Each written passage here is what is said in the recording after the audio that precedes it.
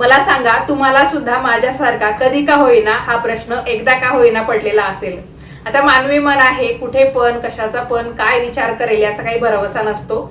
तर मग हा प्रश्न तुम्हाला सुद्धा माझ्यासारखा नक्कीच पडला असेल, हे मी तुम्हाला 100% सांगू शकते. प्रश्न काय आहे की देव झोपतात का?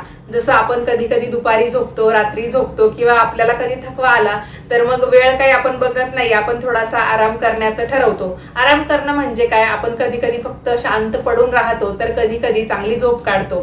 त्याच पद्धतीने देव झोपतात का? देवांना रात्री झोप लागत असेल का? किंवा आपण रात्री झोपतो त्यानंतर देव काय करतात? कारण हा आपला श्रद्धेचा विषय आहे.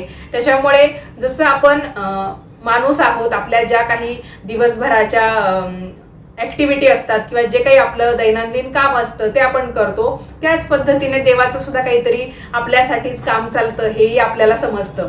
मग हे देव रात्री झोपतात का याविषयीची संपूर्ण माहिती या व्हिडिओच्या माध्यमातून आपण जाणून घेणार आहोत. ज्यांची देवावर खरीखुरी श्रद्धा आहे, भक्ती आहे, ते लोक नक्कीच हा व्हिडिओ शेवटपर्यंत पाहतील.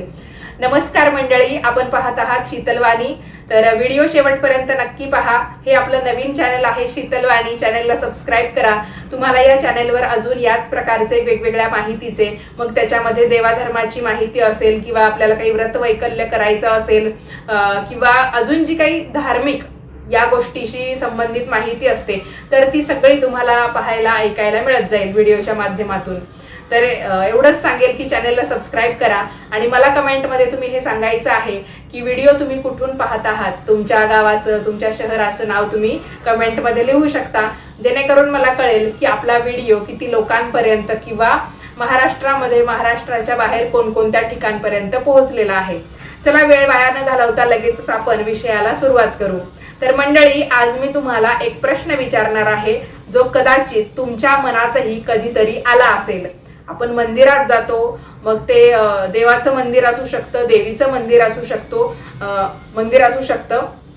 तर तिथे जाऊन आपण काय करतो, देवाची पूजा करतो. जास्त गर्दी असेल तर फक्त दुरून दर्शन घेतो. ज्या पद्धतीने तिथले पुजारी आपल्याला दर्शन करू देतील त्या पद्धतीने आपण देवाचं दर्शन करण्याचं किंवा देवाला पाहण्याचा एक प्रकारे प्रयत्न करत असतो. कधी कधी आपल्याला चांगली संधी मिळाली तर आपण देवीची तिथे आरती करतो, नमस्कार करतो, प्रसाद घेतो.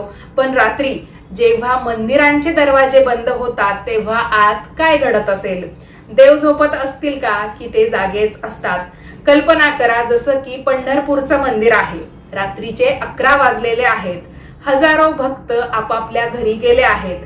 विठ्ठल मंदिरात पूर्णपणे शांतता आहे आणि अचानक पुजारी येतात. शेवटची